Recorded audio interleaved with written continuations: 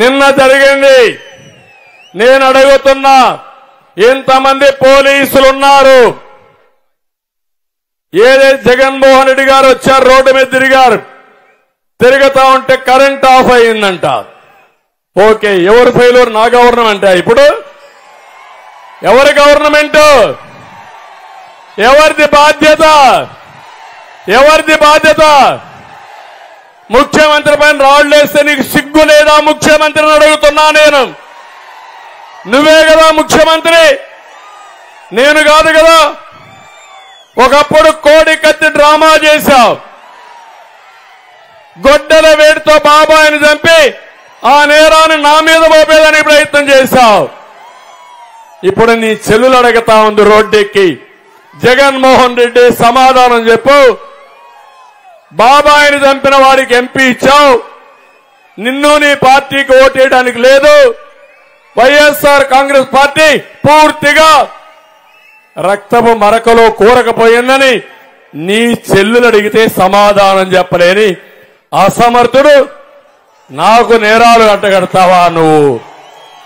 నేను నేరాలు చెయ్యను. నేరాలు చేసేవాడిని తుంగలోనే దొక్కేస్తాను. ఎవరిని వదిలిపెట్టను.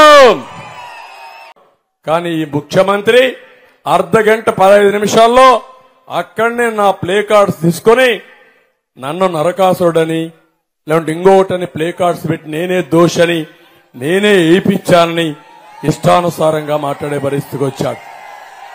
నిన్న సాయంత్రం నేను చూశాను, ప్రతి ఒక్క పేటీఎం బ్యాచ్ కుక్కలు ఉంటాయి, కొన్ని పేటీఎం కుక్కలు మొరగతానే ఉంటాయి. ఇవి ఏం మొరగతారో కూడా తెలియదు కుక్కలకి. ఇష్టానుసారంగా నేనే కారణం అంట.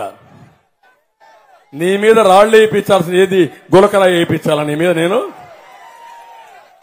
నీ పోలీసులయ్యా, నీ కరెంటు డిపార్ట్మెంటు, నీకు సిగ్గు లేకపోతే నువ్వు ముఖ్యమంత్రిగా రాజీనామా చేయి. 1 గంటలో ఎట్లు ఇవ్వాలని అడ్మినిస్ట్రేషన్ ఇచ్చే సత్తా నాకుంది. చేసి చూపించిన ట్రాక్ రికార్డ్ నాకుంది. నీ బాబాయి నువ్వే చంపి నా మీద నేరోపణ చేసి ప్రజల సానుభూతి తెచ్చుకోవాలని దుర్మార్గుడు నువ్వు.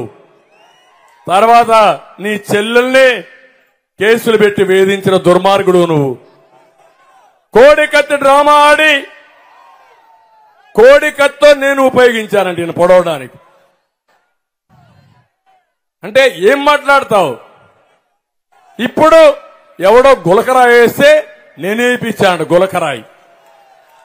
ఆ గులకరాయి వేశాను కాబట్టి నా మీద రాళ్లు వేస్తావా నువ్వు? బాంబులేస్తేనే భయపడలా నేను, ఈ రాళ్లకేం భయపడతాను నేను? పొద్దున్న చూస్తా ఉన్నా, నిన్న వైఎస్ జగన్ కి రాళ్లు ఇసిరారంటే ఎవరు? అదేంటి చిత్రమో పాపం. ఎప్పుడు ఎలక్షన్లు రాగానే ఆయనకి ఏదో ఒక గాయం జరుగుతుంది. కరెక్ట్ గా ఎలక్షన్ ముందే ఎవరో ఒకరు చచ్చిపోవడం లేదా చంపేయడం. అంత హై సెక్యూరిటీ సిఐఎస్ఎఫ్ ఉన్న వైజాగ్ ఎయిర్పోర్ట్ లో 2019కి కోడి కత్తితో గాయం చేశారంట అక్కడ. సరే, మనందరం ఏం చేశాం? జనం కూడా ఏంటి కదా, మన తిలక్ గారు చెప్పినట్టుగా, దేవరకొండ బాలగంగాధర్ తిలక్ చెప్పినట్టుగా, కొడవగంటి మనకి కుటుంబరావు గారు చెప్పినట్టుగా, మనందరం మధ్యతరగతి మనుషులు.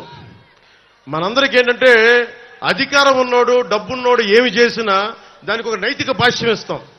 పాపం కాకినాడలో ఉండే ఒక మాఫియా డాన్ ఎవరిని కత్తితో పొడిచినా పాప ఆయన ఏ పరిస్థితుల్లో పొడిచారో పాపనండి, పాపం చంపేశారు. వైఎస్ వివేకానంద రెడ్డి గారిని ఏ పరిస్థితుల్లో పొడిచారో తెలియదండి మాకు. 30,000 మంది ఆడపిల్లలు అదృశ్యమయ్యారని పాపం జగన్ గారు ఏం చేస్తారండి పాపం? ఇది సగటు మధ్య తరగతి మనం చేసే తప్పు. ఇది మన హక్కులను మనం తెలుసుకోవట్లేదు. జగన్ కి గాయం అయితే రాష్ట్రానికి అయ్యా గాయం. మీ జెడ్ కేటగిరీ సెక్యూరిటీ ఏం చేస్తుందా? మీ జెడ్ కేటగిరీ సెక్యూరిటీ చూసుకోరా మీరు? మరి చంద్రబాబు గారి మీద రాళ్లు కొట్టించినప్పుడు రాళ్ల వర్షమే కురిపించారా మీరు? అప్పుడు ఏమైపోయినాయి? అప్పుడు రాష్ట్రానికి గాయం జరగలేదా? అంటే మీ మీద ఎంత గులకరాయి పడితేనే గాయం అయిపోయినట్టు. ఏమో ఎవడు చేశాడో నా సంతాపం నాకు బాధ కలుగుతుంది. నన్ను అడిగారు ఈ రోజున స్టేట్మెంట్ ఇమ్మని చెప్పారు మా పార్టీ వక్తలందరూ. సార్ జగన్ గారికి ఇలా దెబ్బ తగిలింది అంటే నన్ను ఏం చేయమంటారన్న? ఆయనకి కొంచెం మీరు త్వరగా కోలుకోవాలని ఇవ్వంటే ఏమో అది నిజమో అబద్ధమో నాకేం తెలుసు. అతనే ఇలా టప్పును కొట్టేసుకున్నాడో ఎవరికి తెలుసు? తెలియదు కదా. ఎందుకంటే కరెంటు పోయింది, దండలు ఉన్నాయంట, ఆ దండల్లో వాళ్ళే రాయిపెట్టి కొట్టుకున్నాడేమో లేదా నిజంగా పోని ఒకసారి నాన్నా పులి కథలాగా ఒకసారి చెప్తే బాగుంటుంది. ప్రతిసారి ఎలక్షన్ రాగానే జరిగితే నిజంగా పులి వచ్చిన నాన్నా పులి కథలాగా అది అబద్ధం అనుకుంటాం. సరే నిజంగా మీ మీద రాయిసినోండి మీరు పట్టుకోండి. ఎదురుగా పొడిచిన వ్యక్తినే ఈ రోజు వరకు మీరు పట్టుకోలేదు. జైలు నుంచి అతను బెయిల్ ఇప్పించారు 5 సంవత్సరాల తర్వాత. కోడికత్తి వ్యక్తినే. ఈ సెంటిమెంట్ డ్రామాలు దయచేసి ఆపండి. ఈ నాటకాలు భరించలేకపోతున్నాం.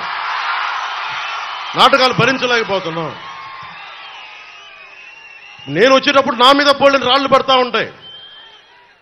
మనకి పీఆర్పీ టైంలో నేను ఖమ్మం వెళ్తా ఉంటే నా మీద రాళ్ల వర్షం. మా వాళ్ళందరికీ మోకాళ్ళు ఇరిగిపోయినాయి, నాకు ఈపుల మీద రాళ్లు పడ్డాయి. ఆ రోజు చెప్పుకోవడానికి మీడియా కూడా లేదు.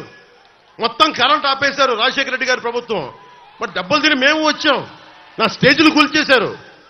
కాదు నేను ముఖ్యమంత్రి కొడుకుని కాదు కదా, ముఖ్యమంత్రిని కాదు కదా. మన కథలు ఎవరికి తెలియవు.